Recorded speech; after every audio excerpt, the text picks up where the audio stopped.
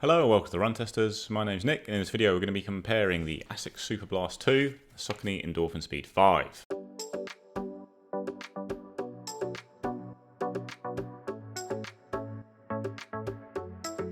The Endorphin Speed 5 and the Superblast 2 are both excellent running shoes, very highly rated by us and many other runners out there. They're both versatile shoes that can handle a wide range of runs. They're lightweight and fast, and they also have enough comfort and cushioning for easy stuff as well. But they have quite different approaches, with the Superblast 2 being a big max stack shoe without a plate in it, and the Saucony Endorphin Speed 5 being, by today's standards, quite a low stack shoe with a nylon plate in there. They're both pretty expensive shoes. That's one similarity between them. The Endorphin Speed is a slightly cheaper one though. It's £180 or $170, whereas the Superblast is £200 or $200. Superblast is actually the lighter shoe, despite the fact it is the much higher stack shoe. It weighs in at 252 grams or 8.9 ounces in a UK 9, which is a US 10, and the Endorphin Speed 5 is 256 grams or 9 ounces in the same size.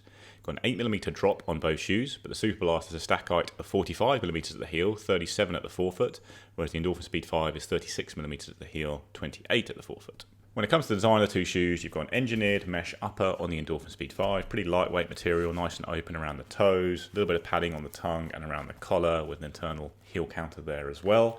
Midsole is made from Saucony's Power Run PB foam. It's a PB foam, been around for quite a while now, ever since the original Endorphin Speed. You've got a winged nylon plate running through that to provide some propulsion without being quite as stiff as a carbon plate, the wings being there to add stability, and you've got Saucony's Speed Roll rocker geometry. And then when it comes to outsole coverage, you've got rubber over the forefoot and two strips at the back with a small cutout in the midfoot there to reduce some weight. With the Superblast 2, you've also got an engineered mesh upper. I'd say it's a little bit more comfortable and designed for comfort than the one on the Saucony Endorphin Speed 5, with a bit more padding around the collar, although the tongue is nice and thin and breathable. You have an internal heel counter on this shoe as well, and then a mega stack of foam in the midsole, which is made from two different foams, actually. The top is the bouncy FF Turbo Plus foam that we see on the Metaspeed Paris racing shoes. Then you've got a thinner layer of FF Blast Plus Eco, the kind of foam that you see more on daily trainers like the Nimbus. And like I say, there's no plate in this midsole, and you have an AHA Plus rubber outsole with coverage along the length of the shoe, even though it's not a full outsole. When it comes to fit and testing, I ran in my regular size in both brands, which is a UK 8.5, US 9.5. I would say that both of these shoes have good roomy fits. The Asics Superblast 2 is a really generous into the forefoot, with loads of clearance lengthwise, across the top of the toes as well. There's lots of space. It might even feel a little bit too spacious for some. The Endorphin Speed 5, I think, is a little bit closer to the end of the toes, but you still get ample length. There's nice flex and wiggle room across the toes in both of these shoes. I had no problem with midfoot lockdown as well, and the fit across the toe knuckles I also find good in both. It kind of get that sort of hold but no restriction feel in both shoes. One thing I will say, I think the Speed Sticker tongues offer a little more lace pinch busting padding, but there's no trouble on that point from the Superblast 2 either. The heel security is good on both shoes, with about the same amount of padding going on. And overall, I think I'd be happy sticking true to size in both the Speed 5 and the Superblast 2. So in terms of fit, all good for me in my running tie with both of these shoes. I've got them both in a UK at size 8. That's my typical running shoe size. And if I had the option again to choose, I would go for my usual size. I do think these are true to size fitting options across the board. I think, the biggest differences I would say is that on the Superblast 2, I think the upper in general just offers a little bit more volume, particularly on the top of your foot. So that's something that you like. Then I think you're going to get that on the Superblast 2 over the Speed 5, which just sits a little bit closer. Midfoot hold is very good on both of these shoes, the kind of hold that you want if you want to run a little bit faster and harder in these shoes. The lockdown in general has been good. The laces are very similar. The tongues, while different, you've got this kind of more padded one on the Speed 5. It's a gusseted style one on the Superblast 2, but actually there's kind of similar levels of padding. It's just not as obvious on the Superblast 2. You're maybe getting a touch more padding in the heel collar area on the Superblast 2. I think that would be the key takeaway from my experience. If you like something that's a little bit more padded around that area, then that's what you're going to get on the Asics shoe. The heel counters are all pretty flexible as well and don't feel too stiff. So again, very supportive in that area. So I think, the thing for me is that you are getting a little bit more volume in that Superblast 2 upper, a bit more padding as well, whereas the Speed 5 is a little bit lighter, more breathable, but also keeps that padding for the kind of key areas without kind of overdoing it. The fit for me in these two shoes, the Saucony Endorphin Speed 5, really comfortable. I think in this latest version they've sort of redesigned the front section of the upper to have a bit more space in it. I'm a size 8 in the UK. exactly the right amount of space for my big toe in this, but there's quite a lot of space in the toe section to move your toes around. Midfoot, it's not bad for average width feet. It's pretty comfortable. Had no issues at all. And I found it locked down really nicely, as you want from a speed shoe. And there's not loads of padding on the Speed, but it's just enough. The tongue and the ankle collar has good level of padding on to be comfortable and feel like a daily shoe, but also not be overly padded so that it just adds too much shoe. So I think it's probably the best fitting of the Speeds that I've tested, and I've never really had that many problems in it before. But I think it's a really good fit, and definitely stay to your size in it. The Superblast, it's quite a long shoe, so there's definitely a lot more space before my big toe in the Superblast 2. But what I would say is it's not the widest shoe as well. So if you went down half a size in this shoe, you might struggle a bit with the midfoot sizing. I've not had any issues with this shoe with that extra space, but just take that into consideration. There's loads of padding around it. There's not so much on the tongue on this one, but I've found it to be a really comfortable shoe, and it's a shoe designed for longer runs, and for longer runs I find it to be really comfortable, going up to like 30k and stuff like that. It's absolutely fine. So I would suggest staying in your size in the Superblast 2, but take consideration that it is quite a long shoe. So when it comes to the fit of these two shoes, I've got my normal size in both, which is a UK 9, US 10. It's a size I use across the Asics and Saucony ranges, and I had a really good fit with both of these shoes. They're nice, unfussy fits all round, I'd say. You've got enough room around the toes, nice, comfortable fit around the heel and midfoot with a little bit of padding there, but not so much that I find it intrusive or annoying, like you sometimes get with very cushioned daily trainers. No heel slippage or anything like that, so all round the fit was fine for me. I'd stick to your normal size with both shoes. On to the run test. I've done quite a lot of running in both of these shoes because I am a very big fan of both. I'm about 90k into testing the Saucony Endorphin Speed 5, and I've done 120k in the Asics Superblast 2, and I've really used them for everything because that is the strength of both shoes. They are very versatile shoes. You can take them out for very relaxed, easy runs, even pure recovery runs and cool downs after races, but you can also do those races in them if you want to. And that versatility is certainly a feature of both shoes, although there are, I think, different strengths to them, and they certainly have different ride feels. You've got a much bigger shoe in the Superblast, especially at the heel. It's just, it's a monster compared to the Endorphin Speed 5. I think the forefoot stack on the Superblast is higher than the heel stack on the Saucony Endorphin 5. So you really are getting a lot more foam underfoot, and you can feel that on the run, both in terms of size and width, but also the amount of bounce and depth you feel to the midsole on the Superblast 2. You are never going to really feel too much of the ground under your feet. It's not going to bottom out, and you do get a really bouncy ride from that foam underfoot. It's actually pretty crazy that it is lighter than the Endorphin Speed 5, given how much extra foam you have here. And the fact that it is so light and it has quite a stiff ride, despite the fact it doesn't have a plate in there, means you can turn your feet over and run at faster speeds in the Superblast.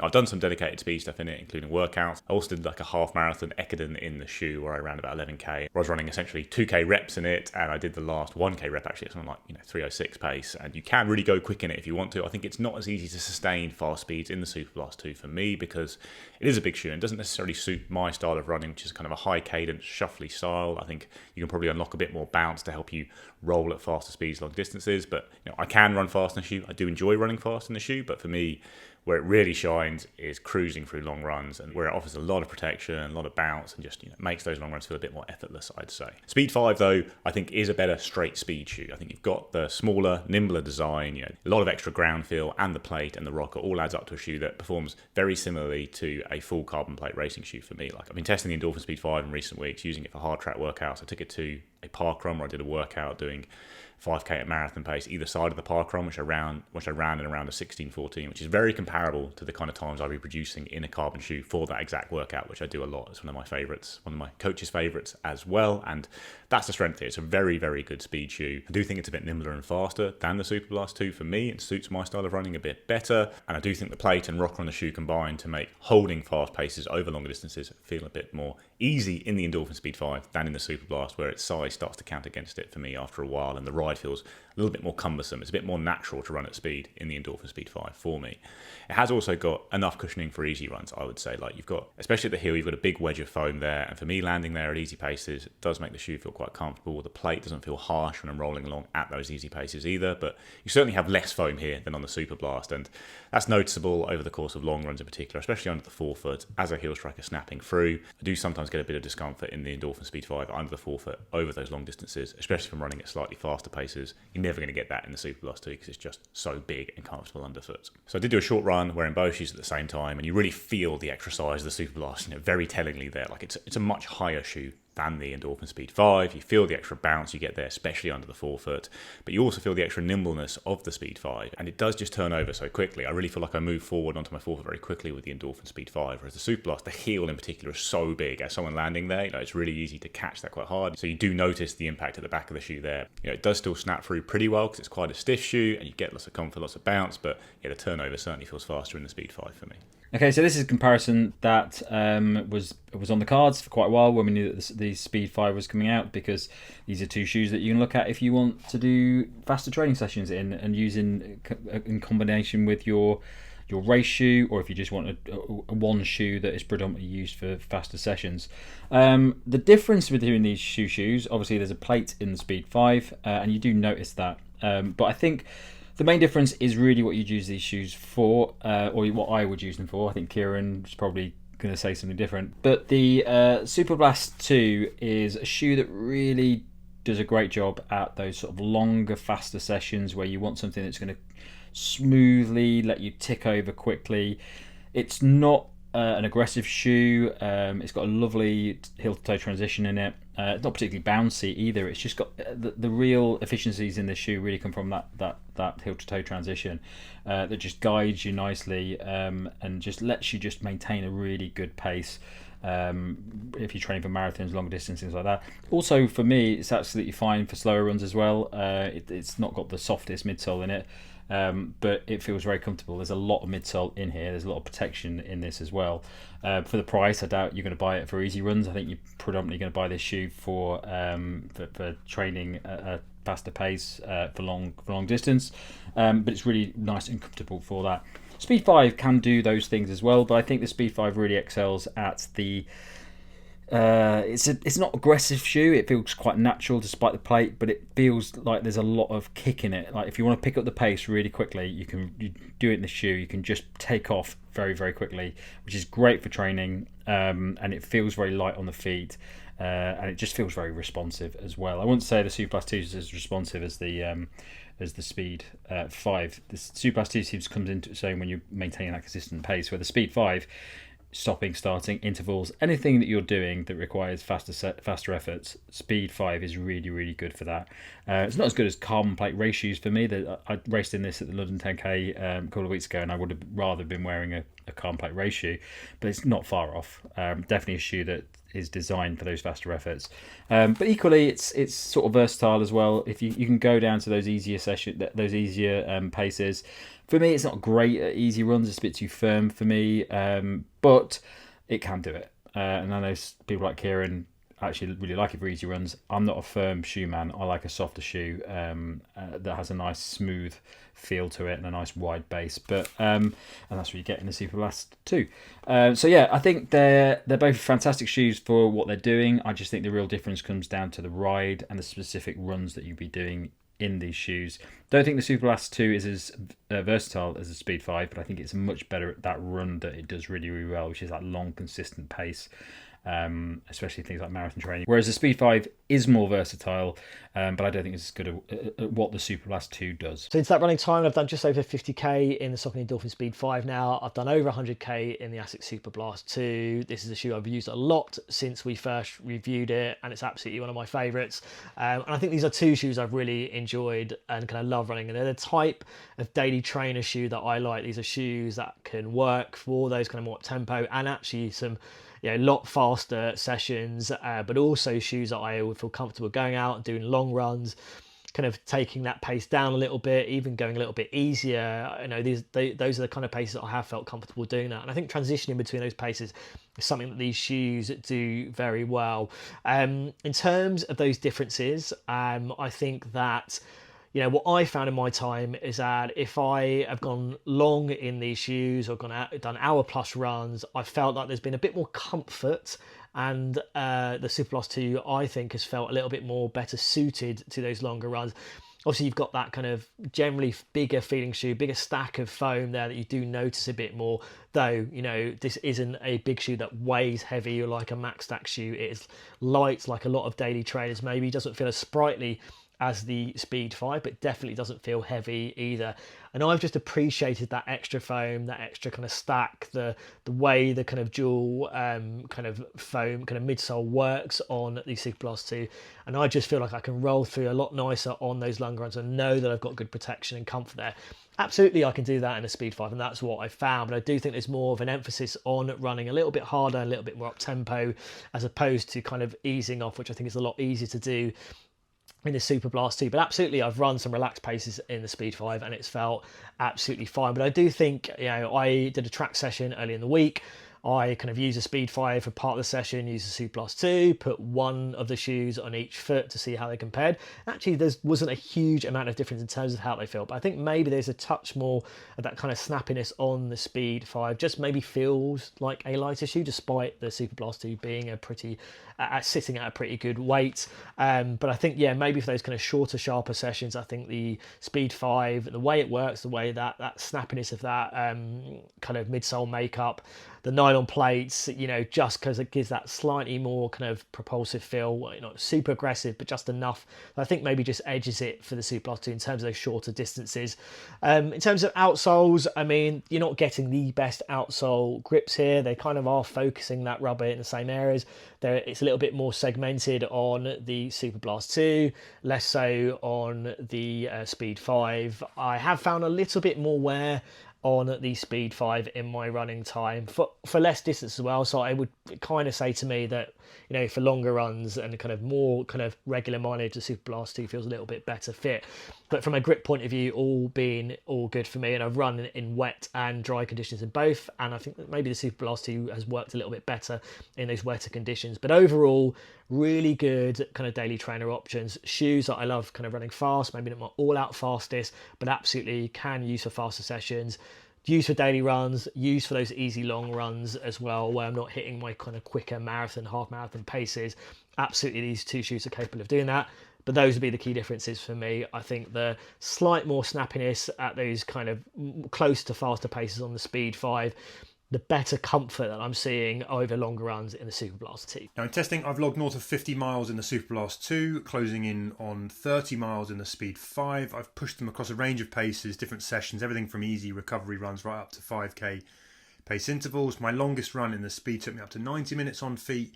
Meanwhile, I've taken the Superblast 2 to up to like a 3.5 hour solo marathon test.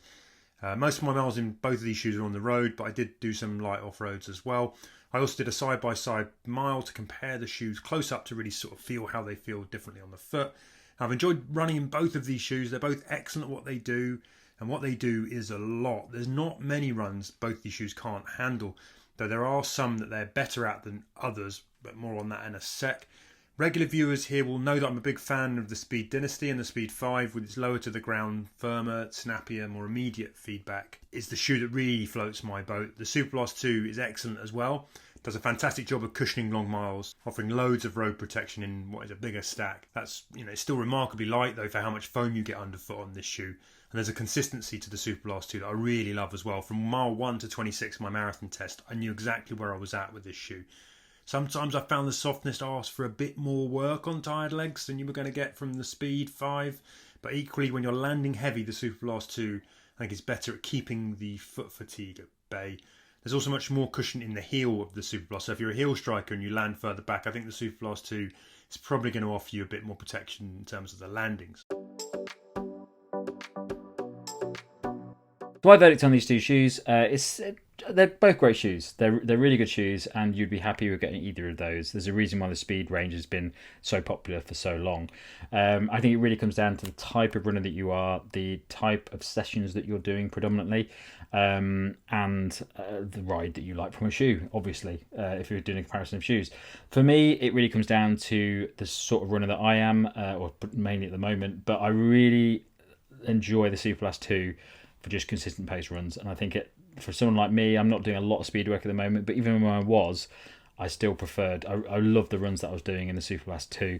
Whereas the Speed 5 is absolutely fantastic. It does everything you want it to. It's as good as the earlier versions, if not better. But for me, I just love the Superblast. I love the ride of the Superblast 2. I love the heel-to-toe transition. I just enjoy running in this shoe for those types of runs. So I'm going to pick the Superblast 2 because I think it's fantastic. But I don't think it's like for like. I think you're getting a slightly different shoe with these two. So for some people, the Superblast 2 probably isn't the right shoe. And obviously it's a bit more expensive as well. Verdict then, and these are both excellent daily trainers that offer a wide-ranging kind of versatility to them. Shoes you could almost use for any run. They'd happily eat most of your workouts on a marathon training block and even carry you through race day if you really wanted them to. For me, the choice between them comes down to how much stack works best for you underfoot, how much shoe you really like on the foot as well. If you want a softer, more cushioned, slightly bouncier ride with a wider platform, the Superblast 2 is the way to go. If you like more ground feel, more agility, a bit more stiffness and a bit more snap, a bit more immediacy rather than the wide cushion, I think the Speed 5 is the way to go. Now the Speed 5 for me is a better shoe for faster training. The Superblast 2 is probably better for knocking out 2-hour slower marathon training runs. If I had to choose one shoe, it would be the Speed 5. I prefer things more compact, more precise. The lower stack suits me better as well, and I can happily run long with less cushion. Some other shoes that I'd sort of look at around this in the ballpark, if you want similar to the Speed 5, I think the New Balance Rebel V5 is one to look at. It's a good rival for the Speed 5. The Nike Vomero 18, I think, has something of the Superblast 2 about it. Nova Blast 5, in some ways, you could say works as a slightly cheaper alternative to the Superblast as well. So the Endorphin Speed 5 and the Superblast 2 are both excellent shoes. They really can pick up a wide range of different training runs, but I do think they excel in different areas, and I'd probably use them as a slightly different shoes myself. Superblast 2 for me is just a top daily trainer. You take it out every day, feels great, you can do everything in it, but it really shines when you are at more relaxed paces and doing long runs and picking up a lot of miles. Offers loads of comfort, loads of bounce, loads of protection, just a great shoe to pull on every day, the kind of shoe I often would take away on a trip and use as my only shoe for everything there. The Speed 5 can also do a bit of everything, but it is more geared up for speed. I think lots of runners wouldn't be as comfortable taking the Speed 5 out every single day for easy runs and that kind of thing. I like doing those in the Speed 5 myself, but yeah, the Superblast 2 is better at them, and the Speed 5 in contrast is better at the speed workouts than the Superblast 2 for me. It's got that nimbler, lighter feel, turns over faster when you are trying to run at pace, and I think the plate and rocker makes it a bit easier to sustain those fast paces. So it's probably my preference if I was looking for an all-rounder, because I am quite a speed focused runner. I do lots of reasonably fast workouts, and the fact that Speed 5 makes those feel really good while also being good for easy runs means it would probably be a more natural fit for me if I was looking for one shoe to do everything. However, if you are looking for a more cushioned and comfortable focused all-rounder that still has the speed for those fast sessions, Superblast 2 would probably be the better pick. But if you're looking to add these shoes to some kind of rotation, I think if you're spending this kind of money on running shoes and are this into them, you probably do have a carbon plate racing shoe, and you could pair the Superblast 2 with that shoe and have a really great 2-shoe rotation to cover everything, doing the odd speed workout in your race day shoe along with races, and using the Superblast 2 for everything else. In a 3-shoe rotation, I think the Speed 5 fits very well in the middle of that. As a fast training shoe, you could also do the odd racing whilst preserving your main carbon racer for your biggest events, and then having a cushier daily trainer to use for your easy runs. So Superblast 2 would also do that role in a 3-shoe rotation, but I think the Speed 5 is better suited for it. Whereas if you have a 2-shoe rotation, I think the Superblast 2 is probably the better option. You could also use these 2 shoes as a pretty fantastic 2-shoe rotation by themselves, but I think if you are going to spend basically 400 quid on running shoes, I'd probably want a carbon plate racing shoe in my rotation myself, and then I'd save a bit of money by opting for cheaper cushion shoes. But yeah, between them, they would pick up everything really well. So yeah, certainly really good shoes. Shoes I love testing. Endorphin Speed 5 probably suits my needs a little bit better because of the way I run, but the Superblast 2 is the probably more comfortable all-rounder. So my takeaway, you should go for the Saucony Endorphin Speed 5 or the Asics Superblast 2. This is a very close one because these aren't cheap shoes. The Speed 5 has gone up in price. The Superblast 2 is kind of £200 and a very hard shoe to get hold of, as we know. Now, if I had to pick one to go into my rotation, knowing what I know now, knowing what they're capable of and where they've felt best to use, I think I would be edging towards the Superblast 2. I think that kind of nicer feeling over longer runs, I think it's something that has probably edged it for me, because I still think it works well at those faster paces, and I know that I could kind of turn to it for those faster sessions as well. The Speed 5, I think it is a bit more kind of better equipped for those more up-tempo runs. I think also for racing, I think particularly over shorter distances, which absolutely the Superblast 2, as I can see, can do that. But I think it's those longer runs, and as I said, if I was looking for one shoe to cover all of my runs, the Superblast 2 would be a better fit. If I was looking for a shoe to turn to for my daily training runs in a rotation, where I'm just going to use this for my faster kind of sessions, I want to use something kind of for the more tempo running kind of time, and I know I'm going to get something that just gives you a little bit more of that pop and snap, then I would be going for the Speed 5, which is the slightly cheaper of the two shoes. But if I had to kind of pick, I would just be edging towards the Asics Superblast 2. I think either way, you go for the Speed 5 or the Superblast 2, you're going to get a good experience across your running time.